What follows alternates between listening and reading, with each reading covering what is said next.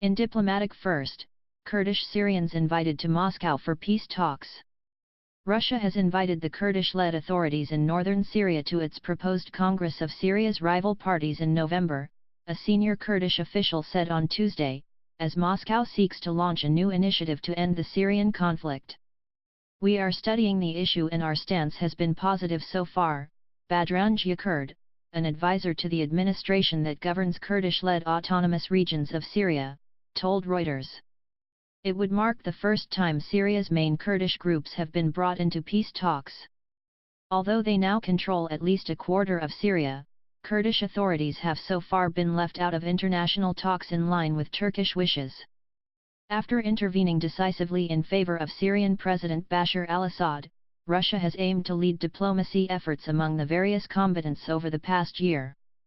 Moscow has said the Congress will focus on compromise solutions towards ending the conflict, which began more than 6 years ago with street protests against the Syrian leader. A spokesman for the Syrian opposition, which wants peace talks to take place under UN supervision, described the proposed Congress as really worrying. "It was unclear what the aims were and who would join," said Yahya al-Aridi. Several rounds of UN talks in Geneva between the Damascus government and the anti-Assad opposition have gone nowhere.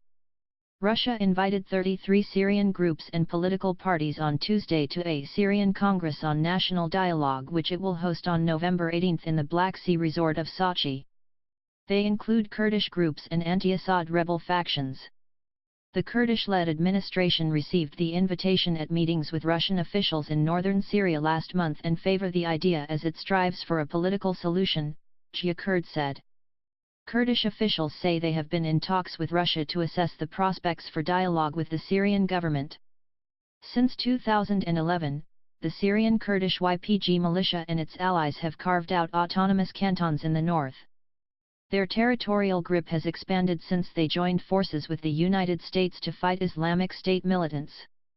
But Turkey views Syrian Kurdish power as a national security threat along its border. Ankara considers the YPG as an extension of the outlawed Kurdish PKK movement that has waged a 3-decade insurgency inside Turkey.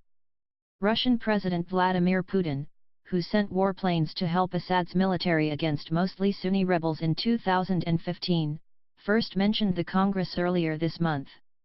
Putin has said it would include all ethnic and religious groups, and the government, and the opposition. Syria's UN ambassador, Bashar al-Jafari, said Damascus was ready to take part in the Congress and that the time was now more appropriate to join such talks after its military victories.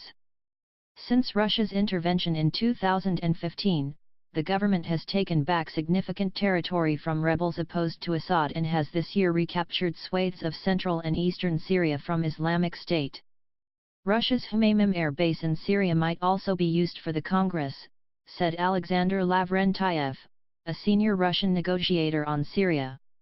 The proposal has received backing from the United Nations, Lavrentiev told reporters in Kazakhstan on Monday.